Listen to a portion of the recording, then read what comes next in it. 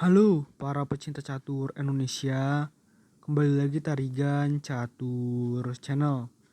Kali ini admin Tarigan Catur akan menampilkan ya partai catur menarik dari turnamen Sunway Sitges International Chess Festival 2021 yang melibatkan pertarungan antara Grandmaster Novendra Priasmoro yang merupakan pecatur asal Indonesia dengan rating VD 2502 dan menggunakan catur buah hitam menghadapi perlawanan bocah 15 tahun asal India ya, yaitu International Master Anand Pranav dengan rating VD 2416. Di pertandingan ini, Grandmaster Novendra Priasmoro kalah karena melakukan cukup banyak kesalahan dan juga dari IM Anand Pranavnya sendiri banyak melakukan taktik kombinasi yang sangat bagus.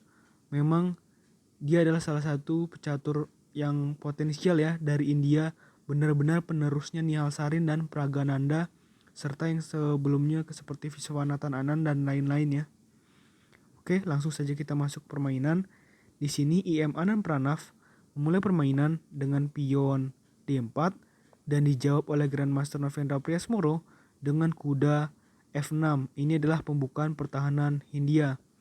Lalu pion C4 dan pion menuju petak G6. Ini adalah variasi pertahanan Hindia Barat masih dalam pembukaan pertahanan India. Jadi di sini fokusnya dari Grandmaster Novendra Priasmoro adalah melakukan pertahanan Vincenzo Gajah ya. Kuda C3 dan pion D5 mengajak pertukaran pion di petak pusat. Pion pukul pion, kuda pukul pion, dan pion E4 mengancam kuda hitam sehingga kuda pukul kuda dan pion pukul kuda. Gajah G7 dan gajah E3. Pion C5 tujuannya adalah untuk merusak struktur pion putih. Namun di sini putih mempunyai balasan jawaban dengan menteri menuju petak D2. Menteri A5 dan kuda F3. Rokade pendek oleh hitam dan benteng C1. Benteng D8 di sini memberikan ancaman secara tidak langsung terhadap menteri putih ya. Pion maju terus ke petak D5 dan kuda C6. Jadi di sini apabila pion pukul kuda maka benteng pukul menteri. Jadi tentu langkah ini dilakukan tidak sembarang ya. Gajah E2 dan pion E6. Gajah G5 jadi sini mengancam benteng hitam sehingga ditutup dengan pion F6. Gajah E3, pion pukul pion, pion pukul pion, dan di sini gajah menuju petak G4. Dan inilah adalah kesalahan langkah pertama dari Grandmaster Novendra Priasmoro. Sebenarnya kelihatan normal ya, tetapi menurut analisa komputer ini adalah kesalahan pertama. Namun kesalahan dengan warna biru seperti yang tertera di gambar itu adalah kesalahan kecil yang sebenarnya tidak terlalu menjadi masalah. Pion C4 sama ya, IM Anand Pranav juga melakukan kesalahan langkah. Kuda menuju petak B4 mengancam pion putih 2 kali. Rokade pendek oleh putih dan pion B6. Di sini seharusnya menurut analisa komputer yang dilakukan adalah menteri pukul pion.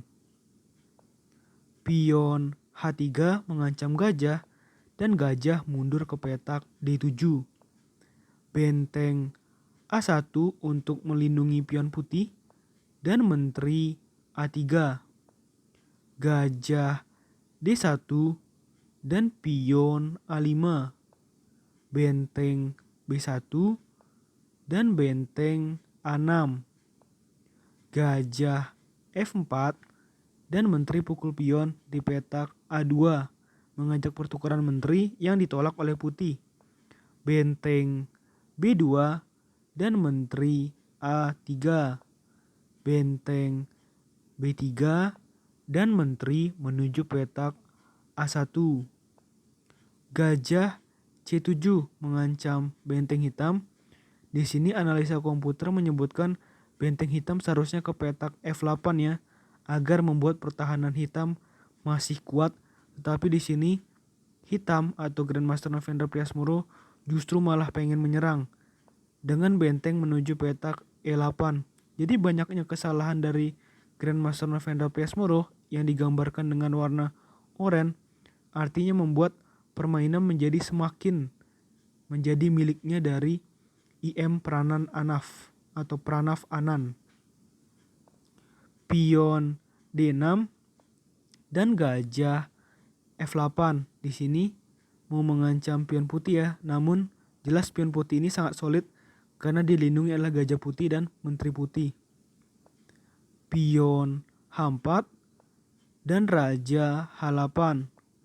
Pion H5 dan selanjutnya Grandmaster Novendra Priasmoro melakukan langkah fatal dengan pion G5. Sebenarnya ini adalah langkah mengakhiri permainan dari Grandmaster Novendra Priasmoro.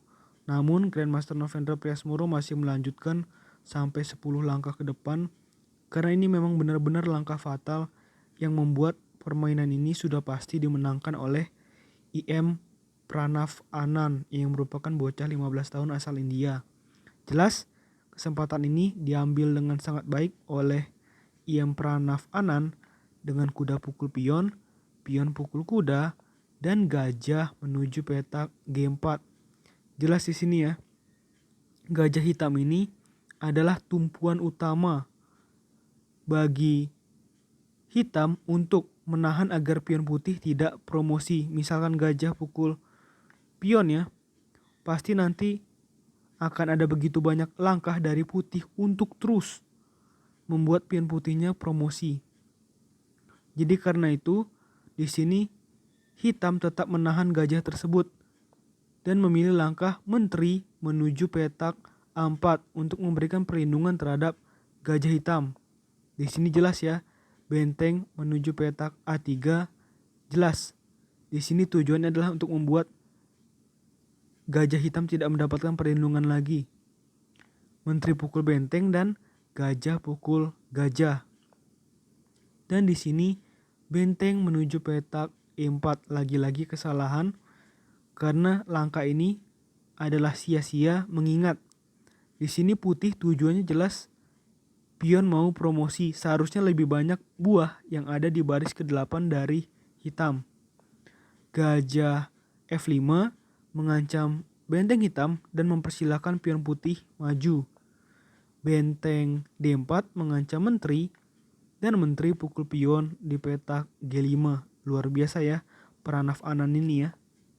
Benteng A8 dan pion menuju petak H6. Luar biasa sekali. Tentu jika gajah hitam ini berpindah ada skakmat di petak G7. Jadi memang benar-benar membuat GM Novendra menderita ya. Benteng pukul gajah, gajah pukul benteng. Jika gajah pukul gajah maka menteri skakmat. Maka di sini menteri menuju petak C3. Gajah pukul gajah, benteng pukul gajah, dan setelah menteri menuju petak E7, tepat di posisi seperti ini, Grandmaster Novendra Priasmoro memutuskan untuk menyerah. Karena jika yang dilakukan adalah benteng pukul gajah, maka simpel saja cukup menteri ke petak E8 atau menteri ke petak D8 terserah. Karena ini sudah pasti mati, langkah satu-satunya benteng mundur dan menteri pukul benteng skakmat. Jika misalnya di sini yang dilakukan adalah yang terbaik menurut analisa komputer adalah benteng menuju petak F7. Sebenarnya ini sudah tidak berguna juga ya. Karena setelah menteri pukul benteng sudah tidak ada lagi memang yang bisa dilakukan oleh Grandmaster Novendra Priasmoro untuk menyelamatkan keadaan.